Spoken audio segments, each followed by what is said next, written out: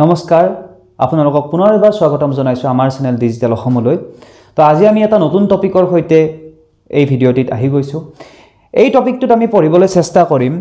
ADR এৰ কাৰণে বহুত বেছি ইম্পৰ্টেন্ট এটা টপিক যিটো বস্তু ট্ৰিগনোমেট্ৰি আৰু যি আমাৰ সিমিলাৰ ট্ৰায়াঙ্গলছ তাৰ এটা বহুত ইম্পৰ্টেন্ট এপ্লিকেশন হয় তো হেইটো হৈছে হাইট এণ্ড ডিসটেন্স অৰ্থাৎ উচ্চতা আৰু দৈৰ্ঘ্য গতিকে এতিয়া আমি বেছি দেৰি নকৰো আমি আৰম্ভ কৰো এই ভিডিঅ'টিত যে ভিডিঅ'টিত কি কনসেপ্ট জড়িত হৈ আছে ইয়াতে আপোনালোকে দেখাই পাইছে যে দুটা কনসেপ্ট ইয়াতে মই দেখা আছে মাত্ৰ দুটা কনসেপ্ট এটা হৈছে ট্ৰিগনোমেট্ৰি আৰু এটা হৈছে আমাৰ সদৃশ ত্ৰিভুজ তো ইয়াৰে একেবাৰে সহজ কেইটামান বস্তু আমি জানি লৈ পেলাই ধুনিয়াকে আমি প্ৰশ্নৰ পিনে গুছি যাম সহজৰ পৰা টানৰ পিনে আমি প্ৰশ্নবিলাক কৰিব গৈ থাকিম গতিকে এইখিনি কৰাৰ পাছত এই যেটো টপিক ইয়াৰে আৰু আমাৰ বেলেগ কৰিব লগা নাথাকে আটাইতকৈ সহজ মেথডত এইখিনি আমি কৰিবলৈ চেষ্টা কৰিম গতিকে ডাইৰেক্টলি আমি এটা কনসেপ্টৰ পিনে গুছি যাও গতিকে মৰমৰ বন্ধু বান্ধৱীসকল আমি এতিয়া পোন প্ৰথমতে আমাৰ ট্ৰিগনোমেট্ৰিৰ কনসেপ্টলৈ যদি যাও ইয়াতে কি আছে কেইটামান আমি ফটো দেখা পাইছো কথা দেখা পাইছো কেইটামান নাম দেখা পাইছো হয়নে তো পোন প্ৰথমতে আমি জানিব লাগে what is angle of elevation অৰ্থাৎ উঠন কোণ কি বস্তু তো উঠন কোণ মানে বেলেগ একো নহয় ধৰা মই ইয়াতে আছো মোৰ চকুৰ ওপৰৰ পিনে ইয়াতে এটা বস্তু আছে যেনেকৈ ইয়াতে মানুহজন আছে আৰু ওপৰত এটা বস্তু আছে মোক ভাবিলোৱা মই এই মানুহজন তো মই যেতিয়া এনেকৈ মূৰটো ওপৰ কৰিছো তেতিয়ালে মোৰ যিডাল চকুৰ হৰাইজন্টেল লাইন আছে অৰ্থাৎ অনুভূমিক ৰেখা আছে যিডাল ও এক্স আছে হয়নে তাৰ পৰা মই কিমানখিনি উঠাই চাইছো বুজি পাইছানে ওপৰত এটা বস্তু আছে মোৰ ধৰা এই কলমটো মই ইয়াতে এনেকে লৈ আছো পি ঠাইত আছে মোৰ কলমটো ছবিটো আৰু কথাখিনি বুজিবলৈ চেষ্টা কৰিবা মই এনেকে কলমটো ওপৰ পিনে চালো তেতিয়ালে মোৰ যিডাল অনুভূমিক এনেকুৱা লাইন আছে তো সেই যেটো এংগল আলফা যেটো দেখা পাইছা আলফা হবনে নাই মই এনেকে মূৰটো উঠাইছো মোৰ চকুত আছিল এইডাল লাইন মই ইমান মান উঠাই চাব লগা হল তেতিয়ালে সেই যেটো ওপৰলৈ উঠাব লগা কোণ তাক আমি কি বুলি কও এংগল অফ এলিভেশন বুলি কও অৰ্থাৎ অসমীয়াত আমি তাক উঠন কোণ বুলি কও হয়নে তো একেটাই কথাত যদি এতিয়া মোৰ ওচৰত অনুভূমিক এইডাল আছে এতিয়া বস্তুটো আছে তলত অৰ্থাৎ এই কলমটো আছে তলত তো মই প্ৰথমতে এনেকে চাইছিলো মই এতিয়া তলফালে চাব লগা হল তেতিয়ালে কিমানখিনি কোণ মই তলফালে চাইছো তো হেইটো হৈছে আমাৰ পতন কোণ অৰ্থাৎ এংগল অফ ডিপ্ৰেছন ওকে এইখিনি বস্তু একেবাৰে সহজ আমি বুজি পাইছো এতিয়া এইখিনি বস্তু কিয় লাগে কোট লাগে কেনেকে লাগে সেই গতেখিনি বস্তু আছে আমাৰ ট্ৰিগনোমেট্ৰিত হয়নে তো ট্ৰিগনোমেট্ৰিত এই যেটো তোমালোকৰ চেপ্টাৰ হেইটো বস্তু অলৰেডি পঢ়োৱা হৈছে তথাপি মই কৈ দিছো যে sin থিটা মানে কি আছিল sin থিটা মানে আছিল p ডিভাইডেড বাই h হয়নে তাৰ পাছত cos থিটা মানে কি আছিল cos থিটা মানে আছিল আমাৰ b ডিভাইডেড বাই h হয়নে আৰু একেবাৰে শেষত tan থিটা যেটো বহুতেই বেছি ইম্পৰ্টেন্ট হেইটো হৈছে p ডিভাইডেড বাই b ওকে তোমালোকক ৰিকল কৰাই দিছো এইটো বস্তু যে ট্ৰিগনোমেট্ৰি কি লাগিছে sin থিটা মানে p বাই h cos থিটা মানে b বাই h আৰু tan থিটা মানে হৈছে p ডিভাইডেড বাই b p মানে কি পাৰপেন্ডিকুলাৰ h মানে কি হাইপোটেনিয়াস আৰু b মানে হৈছে বেস এইখিনি বস্তু সকলোৱে আমি জানো যদি তোমালোকৰ চাবৰ ইচ্ছা আছে ট্ৰিগনোমেট্ৰি ভিডিওটো চাই লব পাৰিবা ওকে তো এইখিনি বস্তু আমি জানিব লগা আছিল যে এংগল অফ এলিভেশন কি বস্তু এংগল অফ ডিপ্ৰেছন কি বস্তু ওকে তো ইয়াৰ পাছত আমি অকনমান ত্ৰিভুজৰ যি সিমিলাৰিটি অৰ্থাৎ সদৃশতা আছে তাৰে কোনটো কনসেপ্ট জড়িত আছে হেইটো আমাক লাগিব গতিকে হেইটো বস্তু মই অকমান বুজাই দিও তাৰ পাছত ধুনিয়াকৈ আমি কোৱেশ্চন আমিনে গুছি যাম গতিকে মৰমৰ বন্ধু বান্ধৱীসকল তো এতিয়া আমি আহিছো সদৃশতা অৰ্থাৎ সিমিলাৰিটি যেটো আমাৰ কনসেপ্ট তো হেইটোত আমাৰ কেনেকে এই যেটো আমাৰ কনসেপ্ট আছে তাতে ব্যৱহৃত হ'ব হেইটো বস্তু আমি এবাৰ চাই লম তো পোন প্ৰথমতে তোমালোকৰ এই চেপ্টাৰটোত কেনেকুৱা বস্তু থাকিব হেইটো হৈছে চেপ্টাৰ ঠিক নহয় এই যেটো টপিক আছে আমাৰ যেটো কোন বস্তু আছে তাত কি থাকিব এনেকুৱা টাইপৰ দুটা ধৰা ত্ৰিভুজ আছে তোমালোকে নোটিস কৰিবা এই যেটো ABC ত্ৰিভুজ আছে হেইটো এটা কি ত্ৰিভুজ সমকোণী ত্ৰিভুজ ৰাইট এংগল ট্ৰায়াঙ্গল হয়নে আৰু তাৰ ভিতৰতে আৰু এটা কি আছে আমাৰ ত্ৰিভুজ অৰ্থাৎ ট্ৰায়াঙ্গল আছে হেইটো সমকোণী চোৱা PQC কিন্তু কেনেকুৱা টাইপৰ আছে যেনেকে তেনেকে নাই কেনেকে আছে চোৱা এনেকে মই আঁকিছো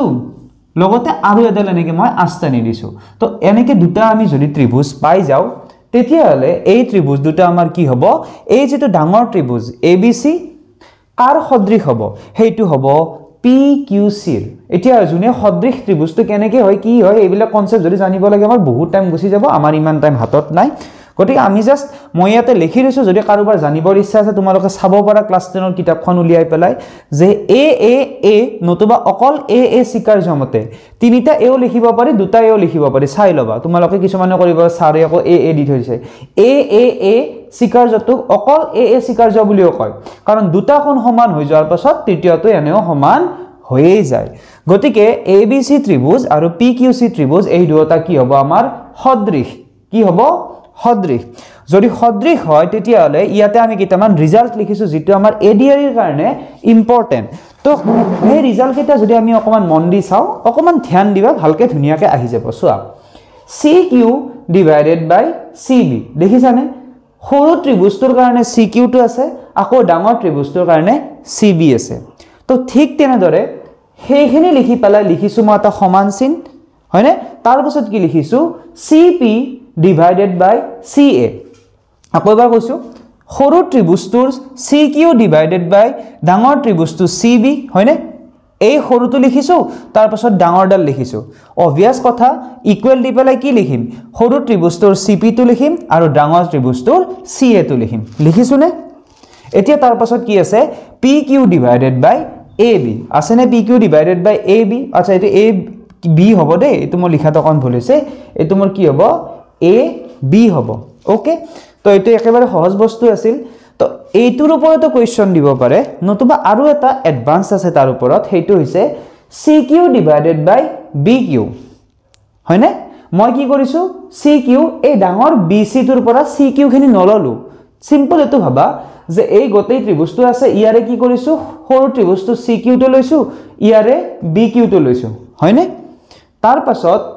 নেক্সট ইকুৱেল দি পেলাই কি লিখিছো CP লিখিছো এটা তোমালোকে নিজেই ভাবা যদি CQ লিখি পেলাই তলত BQ লিখিছিলো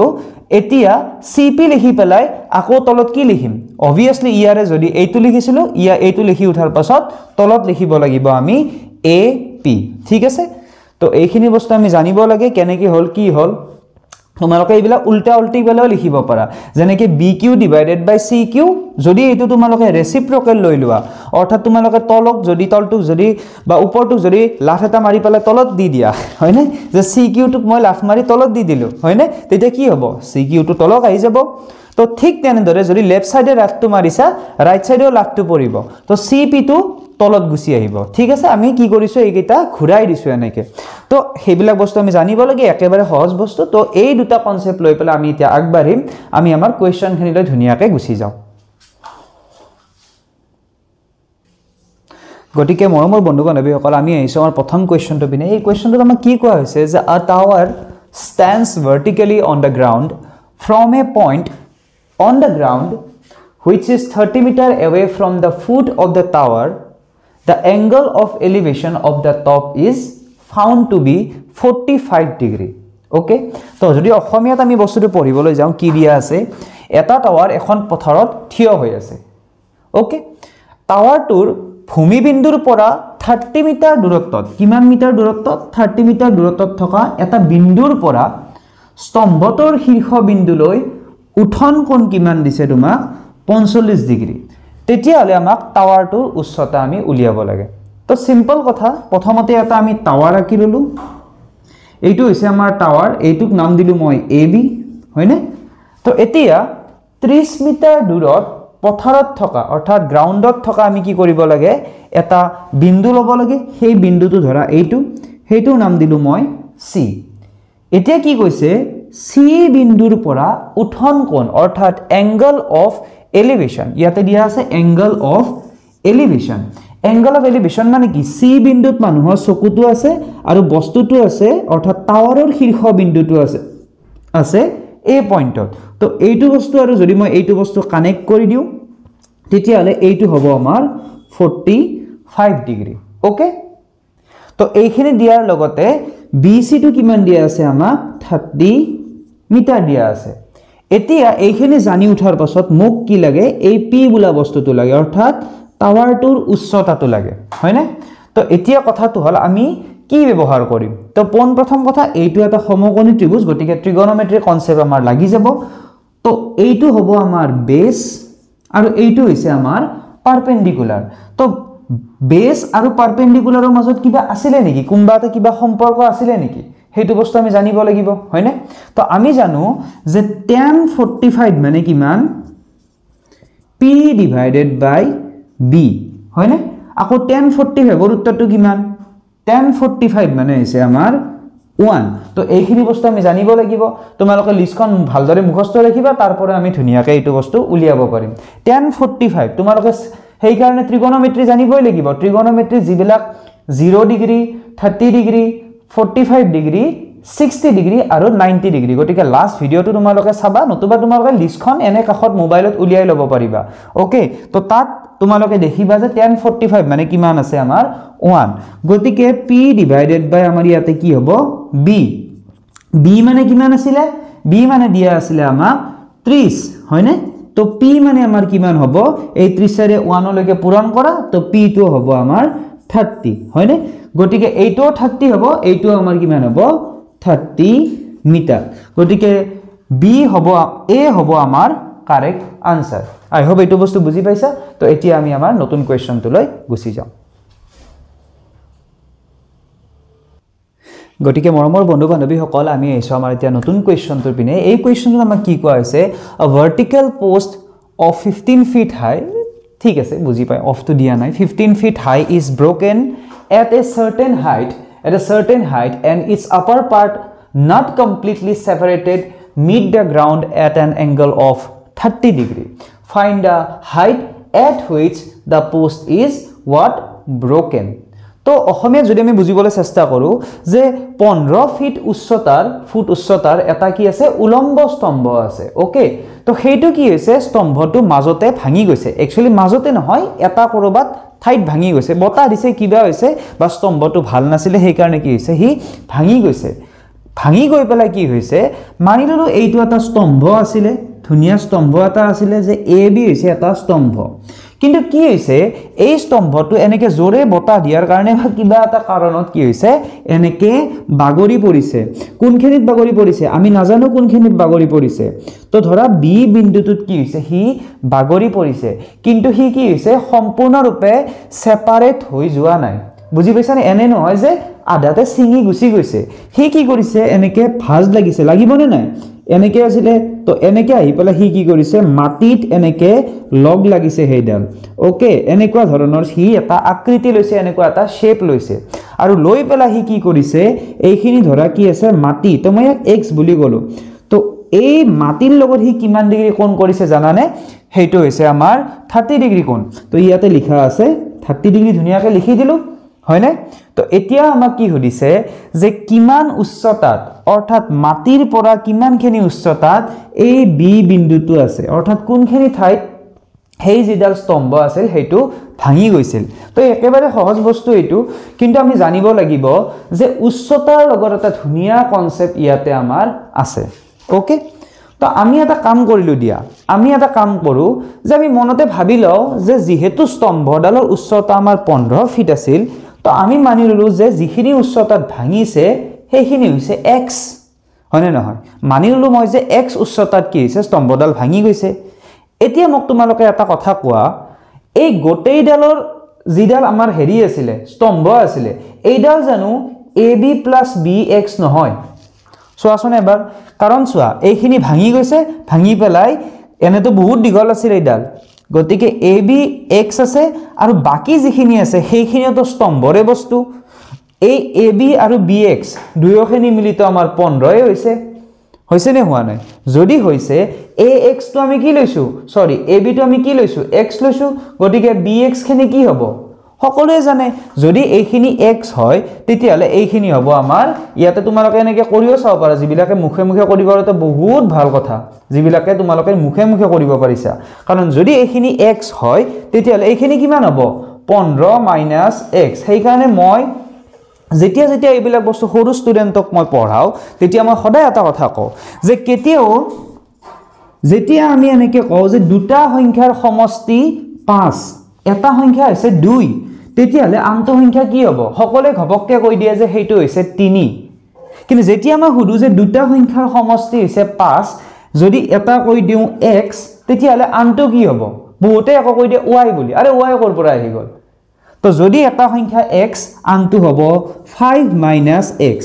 সেই কাৰণে সৰুৰে পৰা এটো বস্তু কৰিব লাগে তেতিয়া তো সৰু কোনো নাই বাৰু তথাপি দুটা সংখ্যাৰ সমষ্টি যদি 5 হয় এটা সংখ্যা যদি আমি 2 বুলি ভাবো আনটো সংখ্যা 3 বুলি ভাবিব না লাগে আনটো সংখ্যা আমি ভাবিব লাগে 5 বিয়োগ 2 বুলি এনসার যিয়ে না হোক সদায় কি কৰিব লাগে 5 ৰ পৰা আমি 2 টো বিয়োগ কৰিব লাগিব যেনেকে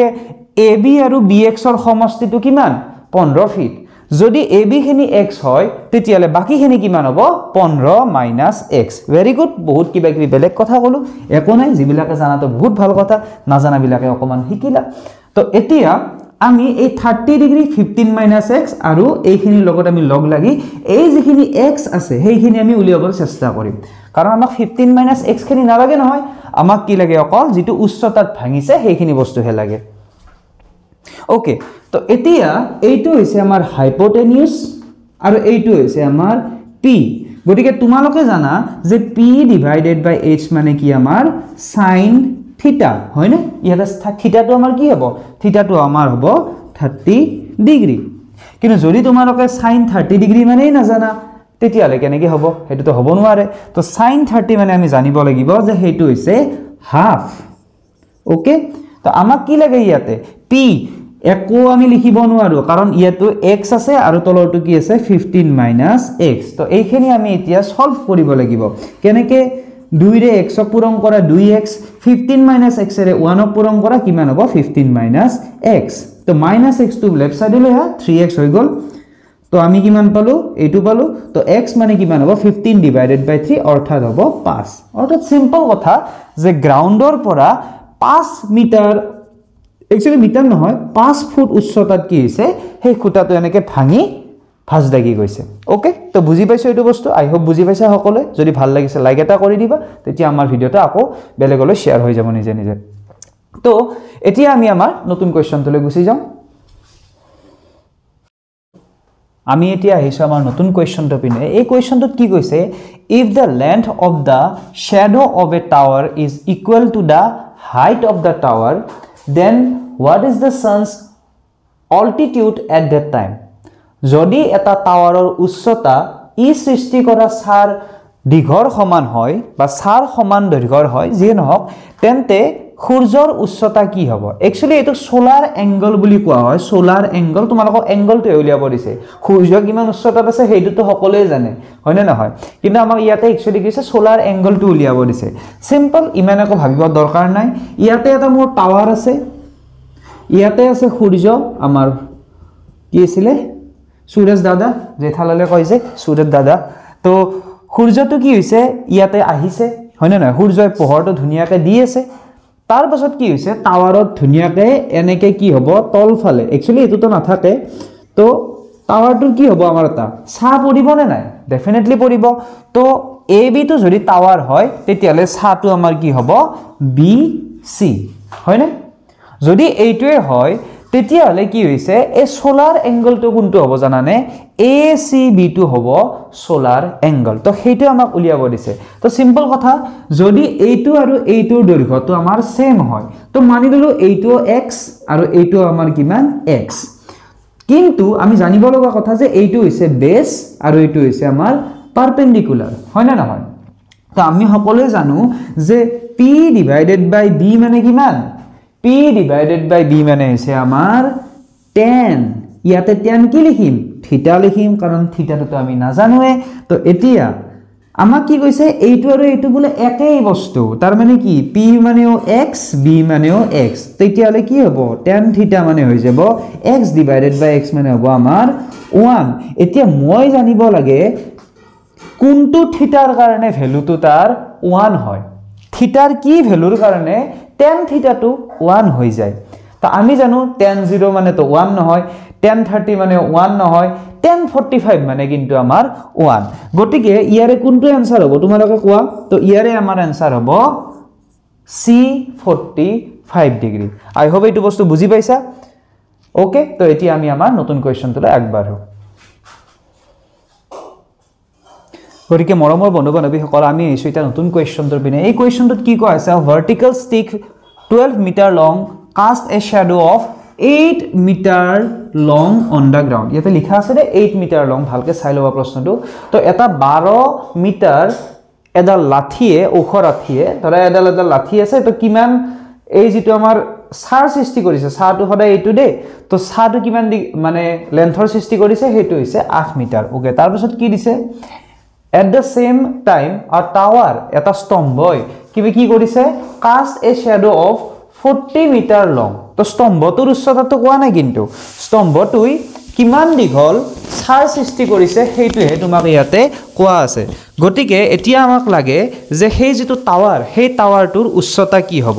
তো আমি প্ৰথমতে অকমান নোটিস কৰো যে এটা আছে 12 মিটাৰ লং আৰু এটা কি কিমান কৰিছে শ্যাডোটো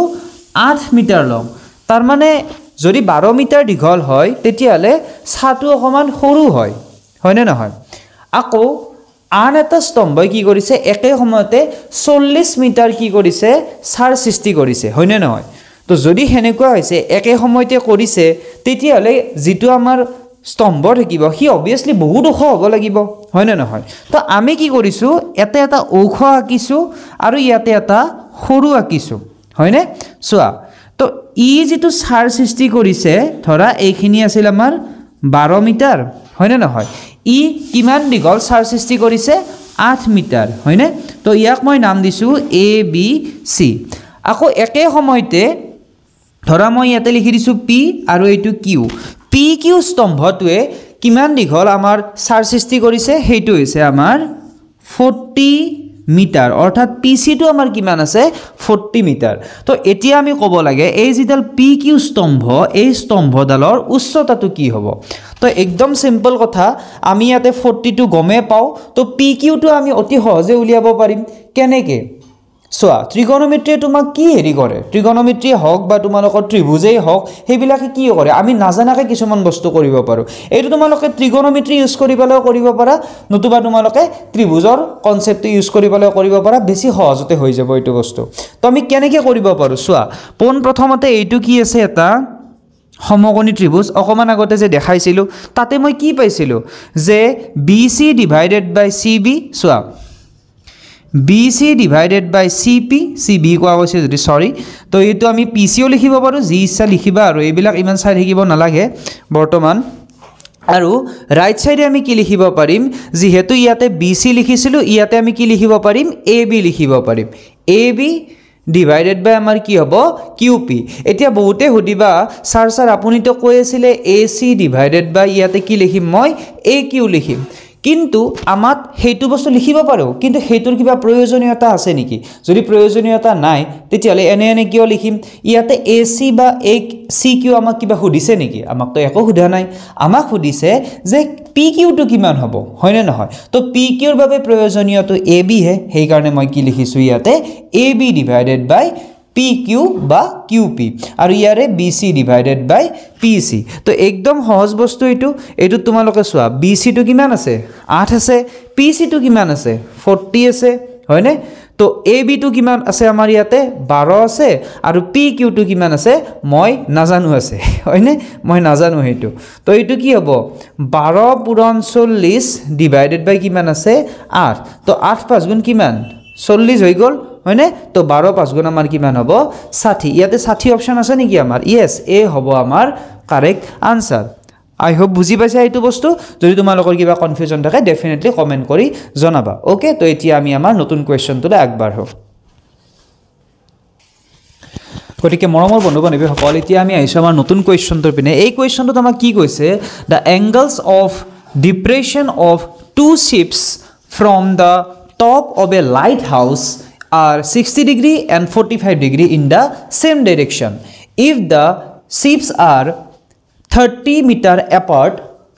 then the height of the lighthouse is okay তো এটা লাইট হাউসৰ পৰা একে দিশত থকা দুখান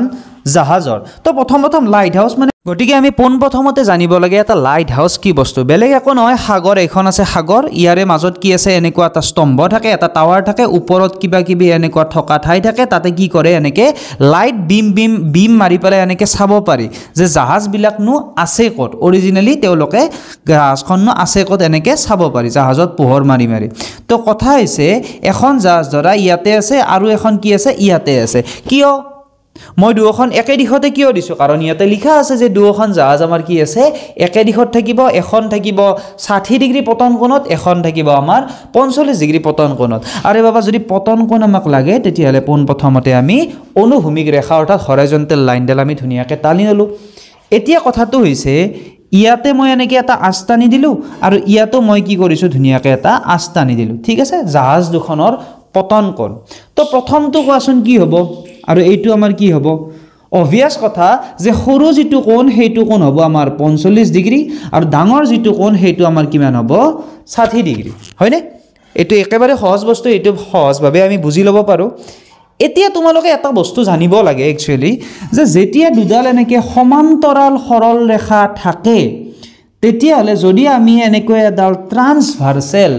অৰ্থাৎ কি থাকে দুডাল প্যাৰেলাল লাইনস আছে এডাল ট্ৰান্সভাৰ্সেল অসমীয়াত দুডাল সমান্তৰাল সৰল ৰেখা আছে এডাল ছেদক যদি আমি অঙ্কন কৰো তেতিয়াহলে এনেকুৱা কোণবিলাকক আমি কি বুলি কওঁ একান্তৰ অন্তস্থ কোণ অল্টাৰনেট ইন্টেৰিয়ৰ এংগল তো তোমালোকে ইয়াতে চোৱা এই যিডাল এ বি ৰেখা আছে আৰু তলত যিডাল পি কিউ ৰেখা আছে এই দুডাল কি সমান্তৰাল হ'বনে নাই সাগৰখনিত আৰু অনুভূমিক যে আঁকিছো সেই দুখন কি হ'ব আমাৰ সমান্তৰাল হ'ব তো এইডাল ৰেখা আৰু তলৰ ৰেখাডাল আমাৰ সমান্তৰাল যদি আমি ছেদক বুলি ভাবো তেতিয়াহলে চোৱা প্ৰথমতে এইডাল চাবা এ ইয়াতে মই ধৰা লিখিছো এইখিনিত লিখিছো কিউ আৰু এইখিনিত লিখিছো ধৰা মই এম লিখি দিছো এ কিউ এডাল ছেদক হ'বনে নাই ডেফিনেটলি হ'ব তেতিয়াহলে যদি মই এই ছবিখিনিত এইখিনিত তোমালোকক দেখাই দিছো যে শিপখিনি আঁকা নাই মই নাকি বেলাই দেখাই দিছো যাতে আমাৰ ছবি অঙ্কটো কৰাত মানে সুবিধা হয় এইটো যদি 60 ডিগ্ৰী এইখিনিও 60 ডিগ্ৰী হ'ব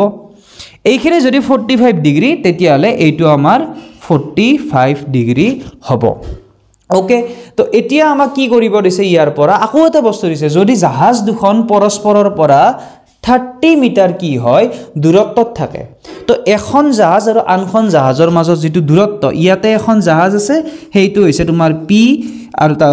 পি নহয় কিউ আৰু ইয়াতে আন এখন জাহাজ আছে সেইখন হৈছে আমাৰ আৰ গতিকে কিউ আৰৰ মাজত ডিসটেন্সটো আমাক কিমান বুলি দি দিছে 30 মিটাৰ বুলি দি থৈ দিছে তো এতিয়া আমি ইয়াৰ পৰা উলিয়াব লাগে এই যেটো আমাৰ এপি নামৰ লাইট হাউস আছে তাৰ উচ্চতাটো আমি কি কৰিব লাগে উলিয়াব লাগে কেনেকৈ উলিয়াম ভাবা কেনেকৈ উলিয়াব পাৰো এইটো বস্তু তো আমি এটা কাম কৰো দিয়া পোনপ্ৰথমতে আমি এইখিনি বস্তুক x বুলি মানি ললো এইখিনি বস্তুক আমি x বুলি মানি ললো হবনে এইখিনি বস্তুক x অৰ্থাৎ pq যেটো আছে হেতু আমাৰ কাৰণে কি x তো তোমালোকে এটা বস্তু নোটিস কৰা যে যেটো আমাৰ ইয়াতে এটা ত্ৰিভুজ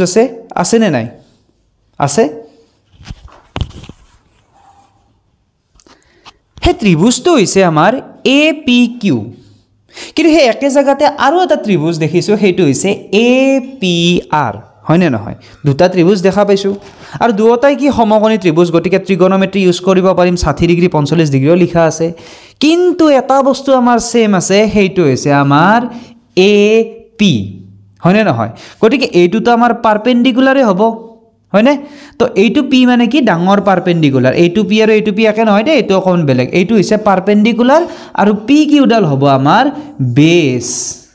কোনটো ত্ৰিভুজৰ কাৰণে বেস হ'ব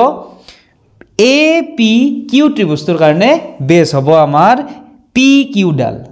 আকৌ এপি আৰৰ কাৰণে বেস কোনডাল হ'ব সেইডাল হ'ব পি আৰ হয়নে এটা কথা কোৱা যদি এইখিনি x হয় এইখিনি 30 হয় গোটেই পি আৰ খিনি কিমান হ'ব x + 30 হবনে নহব ডেফিনেটলি হ'ব এতিয়া আমি অকনমান বস্তুখিনি কৰিবলৈ চেষ্টা কৰো এটা কথা কোৱা যদি ইয়াতে মই AP ডিভাইডেড বাই PQ লিখো কি হ'বনো এটো AP ডিভাইডেড বাই PQ অৰ্থাৎ tan আহি গল P ডিভাইডেড বাই B AP ডিভাইডেড বাই PQ অৰ্থাৎ ইয়াতে মই লিখিম tan 60 মানে কিমান √3 অৰ্থাৎ AP মানে কিমান AP মানে হৈছে আমাৰ PQ into √3 আৰে বাবা PQ মানে কিমান আছিল PQ মানে আছিল আমাৰ x তো √3x মানে আমি কি পালো AP পালো হয় না নহয় এতিয়া আমি ডাঙৰ ত্ৰিভুজটোত চাও APR টোত চাও সোৱাচোন তাতে কি হ'ব এইখিনি মই অকমান মুছি দিছো ইয়াতে AP মানে আমি কি পাইছিলো √3x এতিয়া তোমালোকে চোৱা ডাঙৰ ত্ৰিভুজটোৰ কাৰণে AP টো কি হ'ব AP divided by PR সমান 1045 অৰ্থাৎ AP is equal to 1045 মানে কি মানে 1 গটিকে AP is equal to কি হ'ব আমাৰ PR হ'ব PR মানে কিমান x equal to 30 এতিয়া এটা কথা কোৱা অকমান আগতে AP মানে কিমান পাইছিলো হে আমি √3x পাইছিলো গটিকে ইয়াত তোমালোকে লিখি দিয়া √3x তো এইখিনি তোমালোকে চোৱা এটা সুন্দৰ ইকুৱেচন এটা আমাৰ আহি আছে তো x মানে আমাৰ কিমান হ'ব x মানে হ'ব প্ৰথমতে লিখি লও আমি অকমান এটো √3 - 1 হোল x তো তোমালোকে এইটো বস্তু কৰিবা কাৰণ x টো মই লেফট সাইডে আনিছো আনি পেলা x টো মই কমন লৈছো x টো মই লেফট সাইডে আনিছো তাৰ পাছত x টো মই কমন লৈছো তো মই এইটো বস্তু কি পাম এইটো বস্তু সোৱা ইয়াতে কৰি দিছো অকমান সোৱা ঠাই অকমান কম আছে গটিকে এডজাস্ট কৰিব লাগিব সোৱা x মানে আমাৰ কিমান হ'ব 30 divided by √3 - 1 এতিয়া এইটো বস্তুক আমি ৰেশনালাইজ কৰিব লাগিব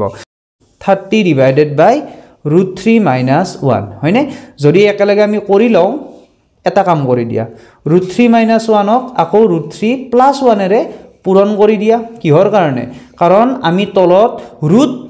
থাকা বস্তু বিলাক ৰাখিব নোৱাৰো গটিকে এটো একেবাৰে সহজ বস্তু যদি √3 - 1 থাকে √3 + 1 এৰে কি কৰিবা পূৰণ কৰি দিবা অৰ্থাৎ যেটো মাজত চিন থাকে তাৰে সদায় উল্টাটোৰে পূৰণ কৰিব লাগে তো a - b whole into a + b মানে কি a² - b² তো √3 স্কয়াৰ কৰিলে কিমান 3 আৰু 1 ৰ স্কয়াৰ কৰিলে কিমান 1 হয়নে তো এটো আমি পাই গলো ধুনিয়াকে এটো বস্তু পাই গলো এতিয়া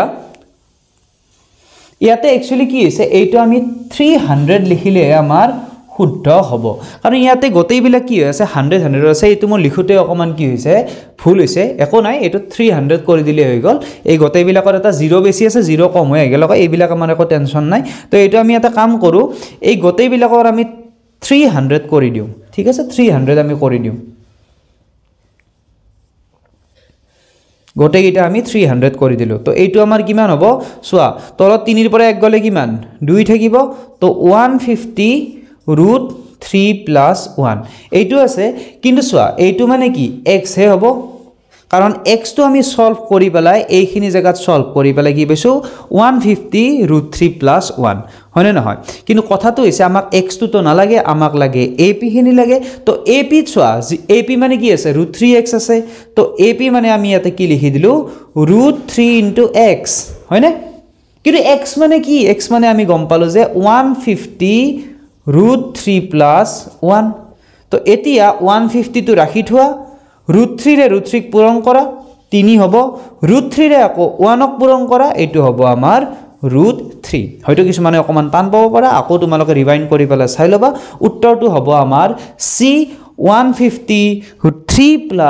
√3 আই হোপ এইটো বস্তু বুজি পাইছা অকমান যদি তোমালোকৰ খেলিমেলি লাগিছে ভিডিওটো আকৌ তোমালোকে অকমান ব্যাক কৰি পেলাই চাই লবা ধুনিয়াকে বুজি পাবা ওকে এতিয়া আমি আমাৰ নতুন কোৱেশ্চনটোলে আগবাঢ়ো গটিকে মৰমৰ বন্ধু বান্ধৱীসকল এইটো কোৱেশ্চন এজ এ হোমৱৰ্ক মই তোমালোকক দিব খুজিছো অকনমান তোমালোকৰ ভাবিব লগা বস্তু আছে সেই কাৰণে মই অকনমান কৈ দিছো এইটো বস্তু কেনেকে তোমালোকৰ হ'ব তো এটা কি আছে আমাৰ এনেকে টাৱাৰ আছে AB নামৰ এটা কি আছে আমাৰ টাৱাৰ আছে তাৰ পাছত কি হৈছে যে একে দিশত থকা দুটা বিন্দু তো ইয়াতো এটা বিন্দু আছে